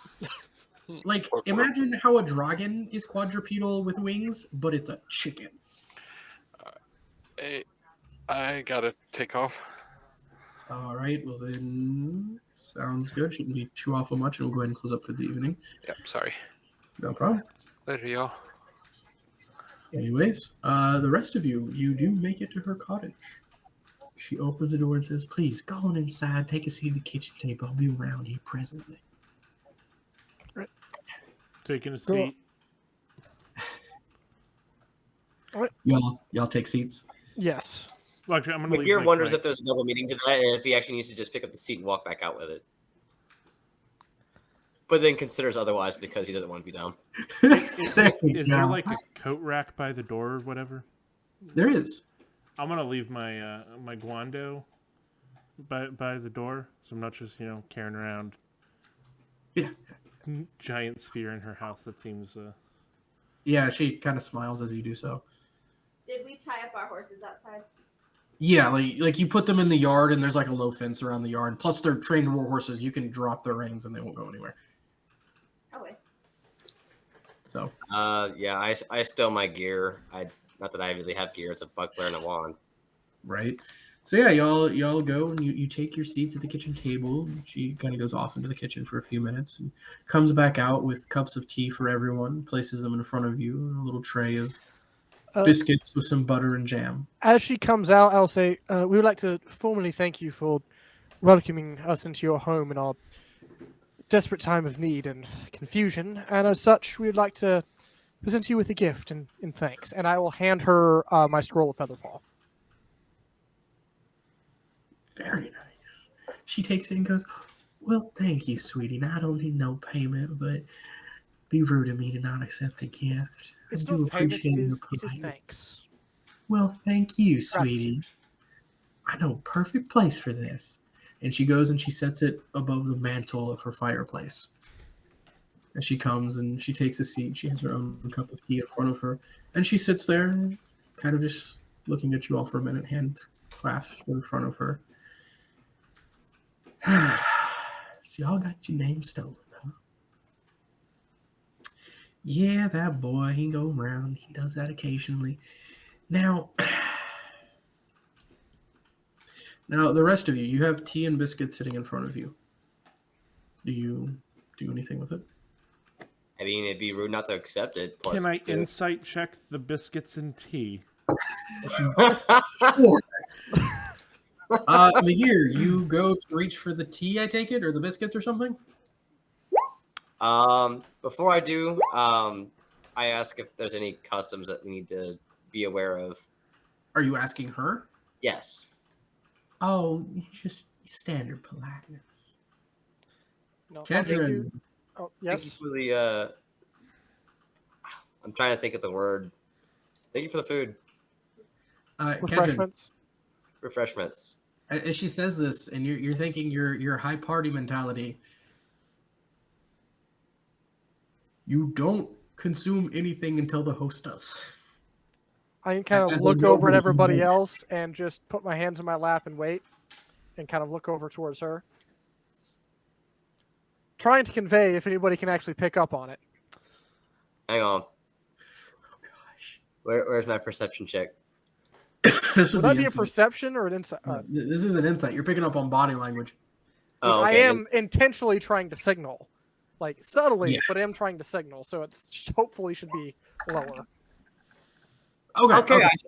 All right, we're good. Yeah, you see it. You notice Kedron like looking at you all and like hands in lap, Very, clasped. very pointing. lightly putting the hands in my lap, one hand on top of the other, just slightly wrapped around, just Yeah, you know that regally at full waiting. parties and stuff like that, you wait for the host first, and whatever they consume, you may then consume. That's why she was waiting, and I was waiting too. So after a few minutes longer than you would expect someone to wait to pick up their tea, she finally does and takes a sip. Following that, I will also, lightly take in just a very small, sip and just no clinking, just very lightly, Does take he a do sip the after pinky she thing? does. McGear, in his most polite way of thinking of how to eat food, doesn't immediately scarf down the biscuit and eats it as slowly as politely possible. You see McGear reaching for the biscuit. I'm just gonna shoot a glance over and put my hands back in my lap and just kind of look at him. I'm gonna just keep with the 20 insight and just be like, all right, I'm just gonna follow Kedron's example. It's not your choice to keep the 20 insight. Yeah, that's not your choice. All right, I'm just going to assume. I never tried it. Hang on. Yeah, just do it. Do it See, if you again. hadn't said that, I might have let you keep it, but like you tried Set to up assert the authority. You don't. Okay, I need you all to put yourselves in the order. Like you're sitting on one side of the table, she's on the other. What order are y'all sitting in? What kind of table is it? Are we talking rectangle, circle? Yeah, what's her table and chair situation? Rectangular. Rectangular? I'm assuming she's at like the head of the table. Yes. I mean, I'm normally next to Kedron, so if Kedron's first, then probably me next. As Yeah. the highest born individual will go in rank, which is owner of house, and then highest born sort of situation, like status sort of thing. So as you're walking in, you're kind of like pointing people to chairs, trying to anyway. Yeah. Okay. Orphans go last. Sorry. So that puts me third. So hold on. Let me just. I don't have like a thing for this. So they're there. You're like half adopted, so. Okay, so essentially this is the setup for the chairs, and I'm going to use Iron Cloak real quick for her. That's where she's sitting, where Iron Cloak's at. 4 chairs, and then an in chair right here, which is the foot of the table. So y'all can position yourselves where you want, right? So where Alara currently is would be the right-hand side, left-hand side, and so on and so forth. I will take the spot where Alara's at, right? You had her positioned. Mm-hmm. That bumps Alara to here, which is fine. And then McGear across from me, even though he's not highborn, he is a man of arcane magics, which generally I would assume would be very... True. And then it was between the two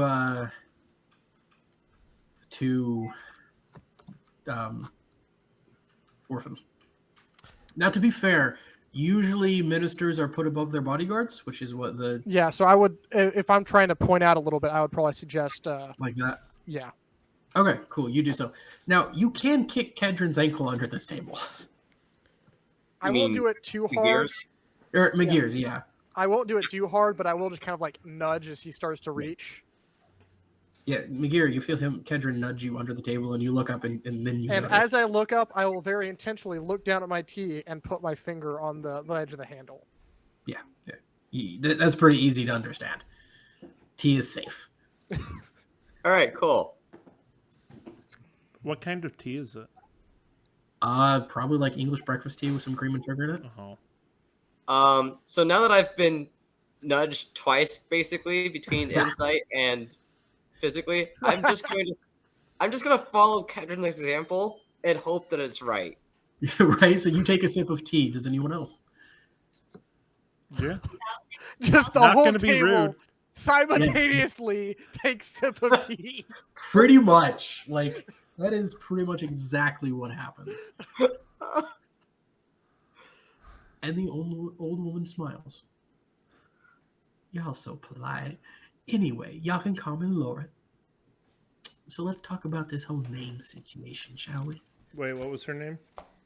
Lorith, Lorith. And that is where we will pick up next week when we have all of our people present.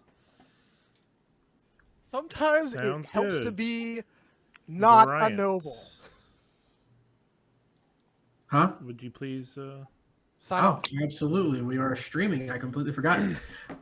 So, guys, we will see you next week at the usual time and place so that we may continue to do God's will. I would like to point out that any parallels we're drawing to the church, we're referring to the medieval Catholic Church, not necessarily the modern Catholic Church, but draw your own parallels, whatever.